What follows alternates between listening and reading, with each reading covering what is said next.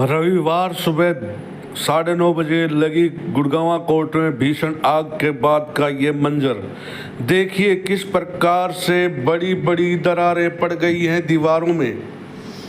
ये वो मंजर है जो आग लगी दूसरी जगह पे है और ये साथ की जो दीवारें हैं उन दीवारों के अंदर ये बड़ी बड़ी तरेड़ें पड़ गई हैं, जिसकी वजह से पूरी बिल्डिंग का नक्शा ही बदल गया है। आप देखेंगे कि किस प्रकार से बड़ी बड़ी दरारों से मालूम होता है कि कितना सहा होगा इन दीवारों ने, जो अब जवाब दे चुकी हैं। क्या इसके अंदर जो भीषण आग लगी थी उसके उन दीवारों का क्या हाल होगा, सोचते ही रूह कांप उठती है। 28 घंटों से ज़्यादा हो चुके हैं आग को लगे हुए, पर आग पर काबू नहीं पाया जा सका है। दमकल विभाग की सैकड़ों गाड़ियां हो चुकी है खाली, पर आग अभी भी सुलग रही है। आइए और ज़्यादा जानकारी के लिए बने रहे हमारे चैनल के साथ। आप देख पा रहे हैं कि किस प्रकार से पूरी बिल्डिंग के अंदर अंधेरा छाया हुआ है। बिजली की लाइनें बिल्कुल ठप करी गई हैं, काट दी गई हैं बिल्कुल लाइनें।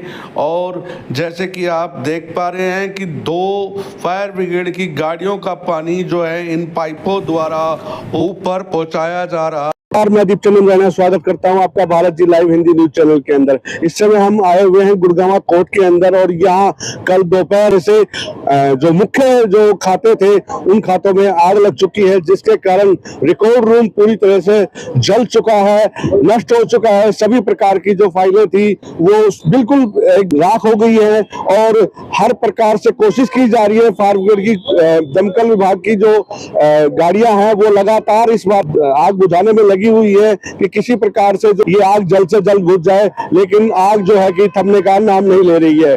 देखा जाए तो हमने पता किया है कि उसमें जो है फौजदारी के और सिविल के 2 प्रकार के केस उसमें फाइलों का स्टोर था, जिसके अंदर की अभी कहा नहीं जा सकता कि कितने प्रतिशत जो है फाइलें बची होंगी या हो सकता है कि ना भी बच पाई हो।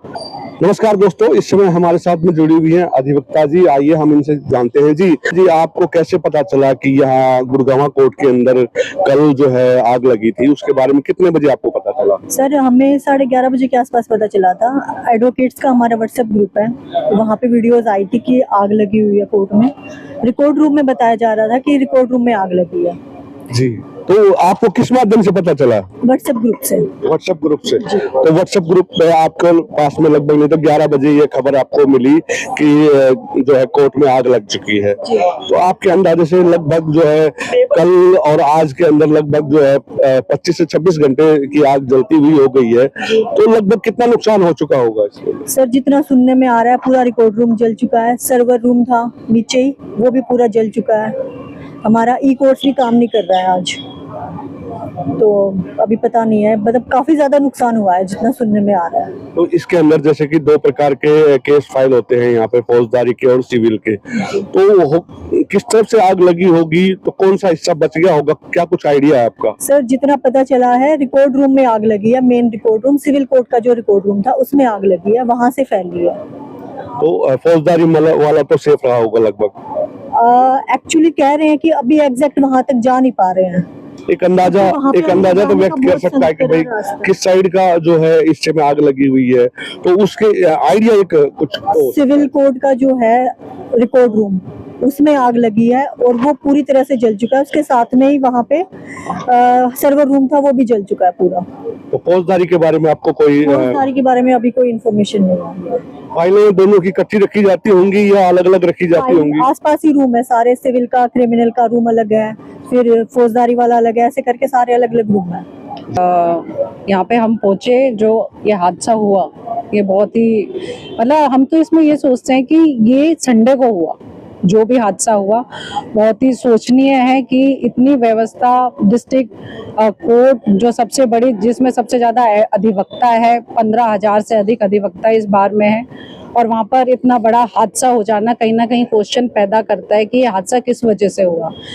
सबसे पहली वजह जो लगी हमें सुरक्षा, जहाँ से ये एंट्री होती है संडे को, बाहर कोई ऐसी सुरक्षा हमें नहीं दिखाई देती थी, पहले भी हमने देखा है। और सुरक्षा के, क्योंकि कौन यहाँ पे, ये कैसे हुआ, ये हुआ या किया गया, ये क्वेश्चन मार्क है।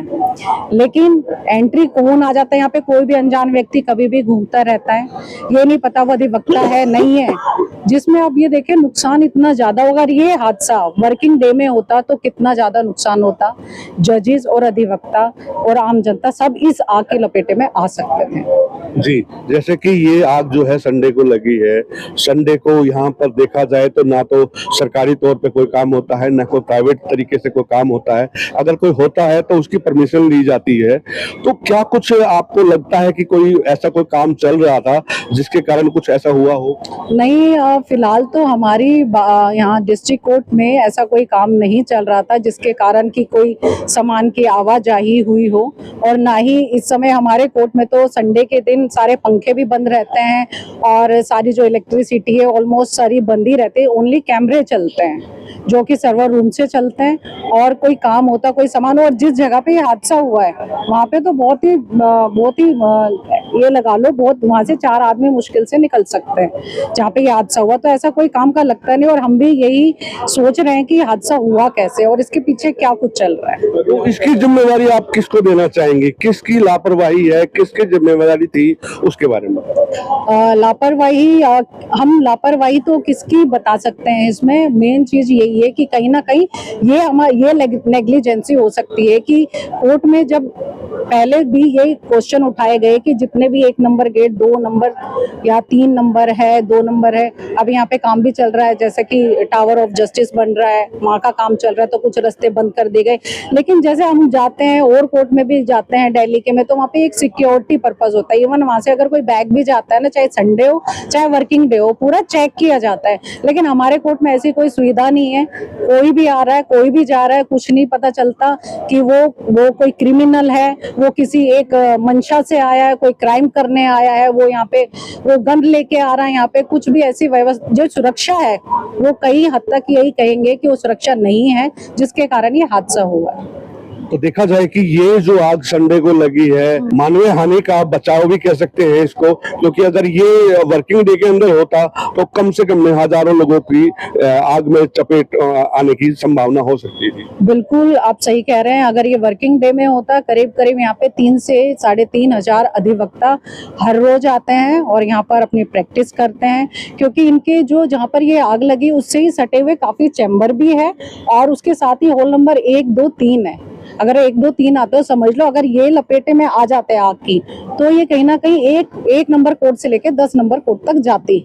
और जो ये मतलब हम तो ये बोलेंगे कि बहुत ज्यादा बचाव हुआ, क्योंकि फाइलें जली हैं, रिकॉर्ड जले हैं, 100 साल पहले के रिकॉर्ड वहाँ पे रखे हुए थे वो जले हैं।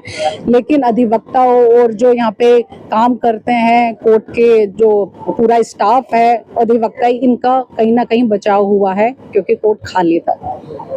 क्या कुछ ये सोची समझी साजिश हो सकती है किसी प्रकार की? कोई ऐसा कोई बचाव पक्ष ऐसा हो सकता है जिसके रिकॉर्ड्स खत्म करने के लिए ये इतना बड़ा कदम उठाया गया हो? अभी पीडब्ल्यूडी को ये बोल दिया गया है कि इसकी इन्वेस्टिगेशन की जाए, क्योंकि बाहर ये सीसी कैमरे जो फुटेज लगे हुए हैं, इनमें कहीं ना कहीं कौन व्यक्ति आया, अगर ये लगाई गई तो वो सीसी कैमरे फुटेज में आना चाहिए। उनकी जांच होगी, अभी जांच चल ही रही है। जांच के बाद पता चलेगा कि इसके पीछे किसी की साजिश है, ये लगाई गई है, या किसी शॉर्ट सर्किट की वजह से ये हो गया है हादसा। जहां तक देखा जाए, क्योंकि उस दिन इलेक्ट्रिसिटी लोड इतना नहीं था, तो हम इसको मान नहीं सकते कि ये इलेक्ट्रिसिटी के प्रॉब्लम से ये आग लगी होगी।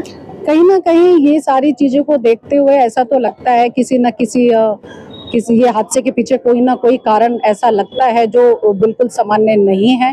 इसके पीछे कोई साजिश भी हो सकती है। ये हम पूरी तरीके से इसलिए नहीं कह पाएंगे क्योंकि जब हादसा हुआ यहाँ पर कोर्ट में कोई था नहीं, कोई चश्मदीद गवाह नहीं था कि उन्होंने किसी को आते देखा या ये अपने आप लगी, जिसकी इन्वेस्टिगेशन के बाद ही पता चलेगा। लेकिन जब इलेक्ट्रिसिटी की जो पावर है बहुत कम आ रही है, तो ये क्वेश्चन अपने आप में खड़ा होता है कि वो इतना शॉर्ट सर्किट कैसे हुआ। जी, बहुत बहुत धन्यवाद। तो देखा आपने किस प्रकार से महिला अधिवक्ता ने अपने विचार रखे और उन्होंने बताया कि ये जो है पॉसिबिलिटी हो सकती है कि किसी न किसी जो बड़े मास्टरमाइंड का ये काम हो सकता है, जिसके अंदर हो सकता है कि किसी एक अपराध को छुपाने के लिए रिकॉर्ड रूम को जलाने की साजिश भी रची जा सकती है। मैं दीप चंद इमरानिया, कैमरामैन हर्ष के साथ, भारत जी लाइव, गुरुग्राम कोर्ट, गुरुग्राम।